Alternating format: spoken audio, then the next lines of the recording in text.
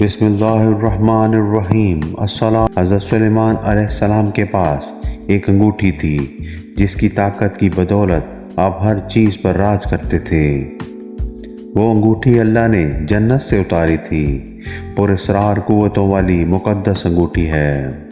آپ کی انگوٹھی کی تاثیر یہ تھی کہ تمام مخلوقات کھنچے چلی آتی تھی اور وہ آپ کی تابع ہو جاتی تھی۔ انگوٹھی میں ستارے جیسی چمک اور کستوری جیسی خوشبو۔ انگوٹھی پر جو نگینہ لگا تھا اس پر سلیمان علیہ السلام کی مہر بھی لگی ہوئی تھی۔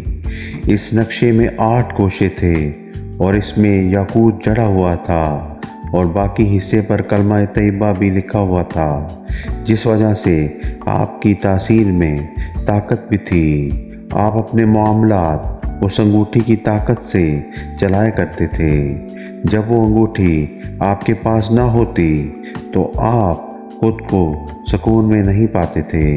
حضرت سلیمان علیہ السلام جب بیت الخلاء میں جاتے تو اس انگوٹھی کو اتار دیا کرتے تھے۔ ایک دن آپ بیت الخلاء میں گئے تو سخر نامی ایک جن نے آپ کی انگوٹھی کو چرا لیا اور حضرت سلیمان علیہ السلام کی شکل اختیار کر کے آپ کے تخت پر بیٹھ گیا۔ دوسری طرف لوگوں نے سلیمان علیہ السلام کو پہچاننے سے انکار کر دیا اور آپ علیہ السلام اپنے ہی ملک میں اجنبی کی طرح غریبی کی زندگی میں رہنے لگے۔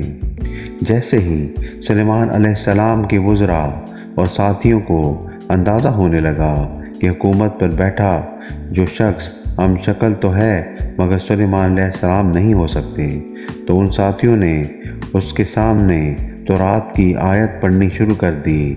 اس وجہ سے اس جن سے برداشت نہ ہوئی اور وہ وہاں سے بھاگ گیا اور حضرت سلیمان علیہ السلام کی انگوٹھی کو سمندر میں پھینک دیا۔